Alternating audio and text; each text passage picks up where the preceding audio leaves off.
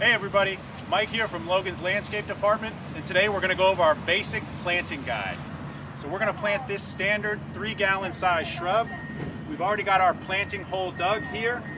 A couple of important notes about our planting hole.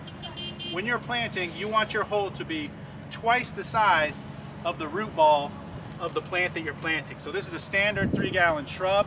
A good rule of thumb is if I can fit 2 of these into this hole, then the hole is big enough and we're good to go.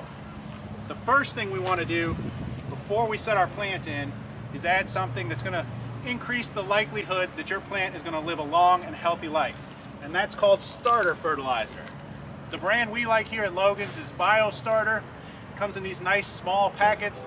1 packet is good for 1 3-gallon plant, so there's no measuring involved. You don't have to put gloves on or anything like that. It's just a matter of opening the pack and sprinkling it in the bottom of your planting hole just like this. And then we can lift our plant, and in she goes.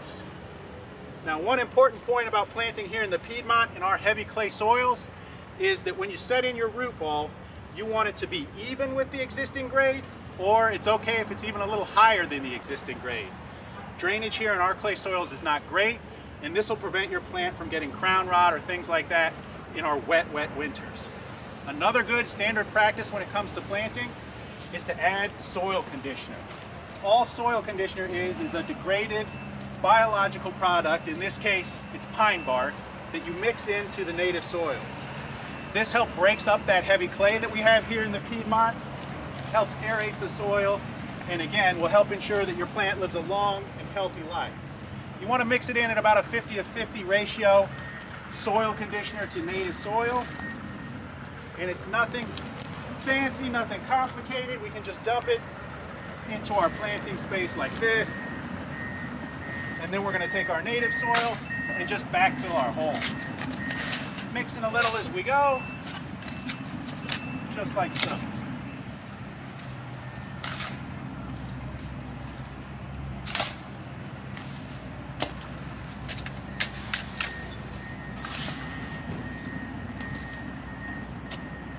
We want to even out here. Check the height of our crown, we're good. And as a last step, we want to do something we call the donut. The donut is just taking the leftover excavated soil and making a small mound, like so, in a ring around your planting hole. Now the reason we do this is that when it rains, or when we go to supplemental water our new plant with watering can, this donut helps to hold that water over the root ball so that it can percolate down, ensuring that the plant we just planted actually gets watered when it rains. Prevents runoff, and again, helps ensure a long life for your plant. So that's really it. It's a very simple, straightforward process, and it should lead to lots of healthy plants in your landscape.